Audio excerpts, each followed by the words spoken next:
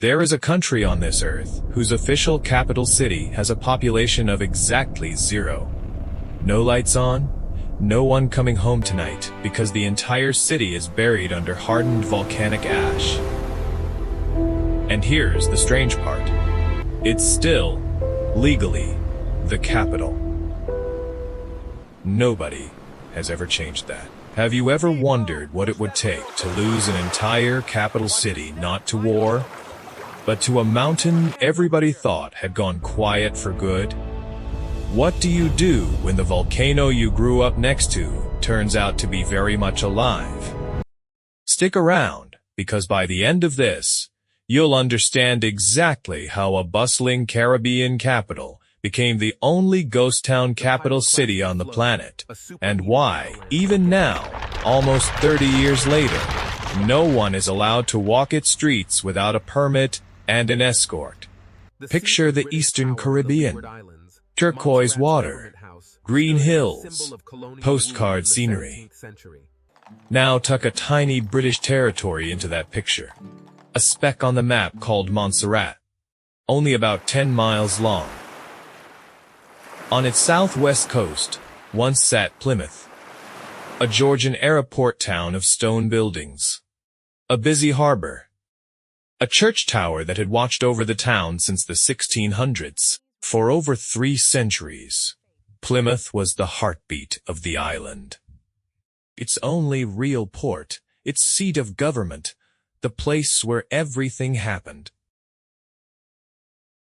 Today, if you could stand where Plymouth's town square used to be, which you can't, not without permission, you'd be standing on solid ash, the consistency of concrete, staring at rooftops and church spires poking out of the ground like something out of a fever dream. To understand how a living town became that image, we have to go back to where it all began. Plymouth's story starts in 1632, when British colonists settled Montserrat, many of them Irish. It's one of the more surprising details about this island to this day. Montserrat's flag carries an Irish woman with a harp, and the island celebrates St. Patrick's Day as a public holiday. Not for the reason you'd guess, though it commemorates an enslaved people's uprising planned for that day in 1768.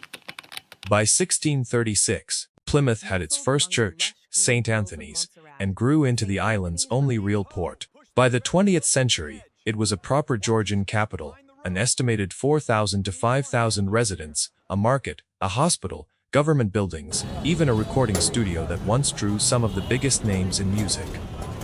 It had already survived hurricanes, including a brutal one in 1989. Plymouth, it seemed, could take a hit and keep standing. But honestly, none of that prepared anyone for what was sleeping just a few miles up the mountain. Here's the thing about the Soufrière Hills volcano: it had been dormant for roughly 350 years. Long enough that nobody alive on Montserrat had ever seen it do anything. Some islanders even had a story about a mermaid living at its peak.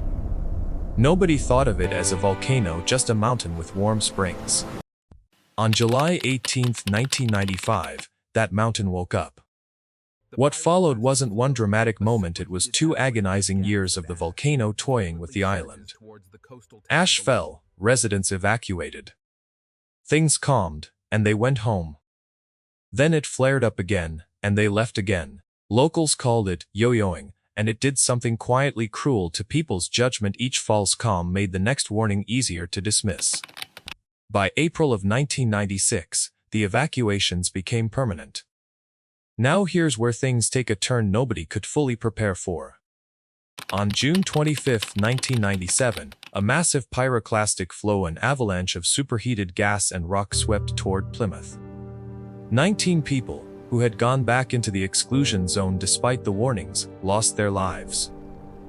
The island's only airport, sitting right in the flow's path, was destroyed. It has never reopened. And if you think that's the worst of it, just wait. In early August of 1997, over just a few days, a series of eruptions did what decades of hurricanes never could.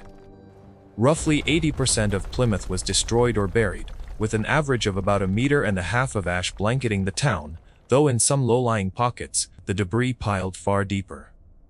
Within those few years, close to 2/3 of Montserrat's population left the island, many resettling in the United Kingdom. Families who had lived in Plymouth for generations packed what they could carry and never came back.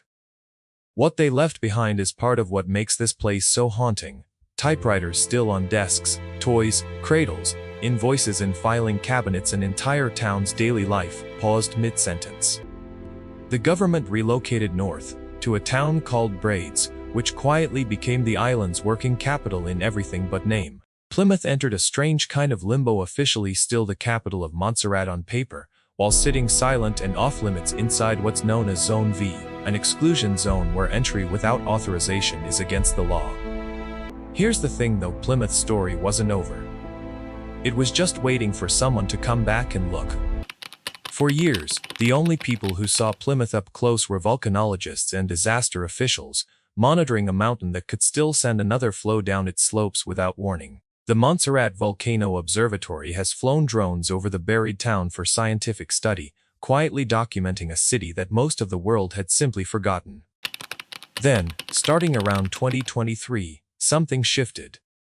Montserrat's government approved a controlled process allowing small groups to enter Zone V with a certified guide, a narrow, tightly managed window into a place that had been closed off for a generation. What those visitors find is somewhere between a memorial and a scientific site. Buildings entombed in ash, the hardness of concrete, a church tower rising from gray ground, and in some places, what used to be a building's second story now sitting at ground level, buried floor by floor. Now get this, because what happened next says more about Montserrat than the disaster itself ever could. Rather than trying to erase Plymouth, the government has actually pursued recognition for the site, even exploring UNESCO World Heritage status, treating this buried capital not as a wound to hide, but as a story worth preserving. As of the most recent monitoring reports, the Volcano Observatory lists Soufrière Hills at hazard level 1, the lowest tier, but officials note the volcano is not extinct, and pyroclastic activity remains possible without much warning. Plymouth itself is still legally off-limits to the general public. Access is only possible through certified guided tours, or from a distance. Many visitors instead take in the view from Garibaldi Hill, looking out over a city frozen under gray. Meanwhile, life on Montserrat has quietly moved north. A new town and port are under construction at Little Bay, meant to eventually become the island's official capital in more than just legal name. Braids continues on as the practical seat of government for now, and Plymouth sits exactly where it's been for nearly 3 decades, not rebuilt, not erased, just waiting, its buried street somewhere between ruin and monument. Don't forget to subscribe and hit the bell icon for more videos.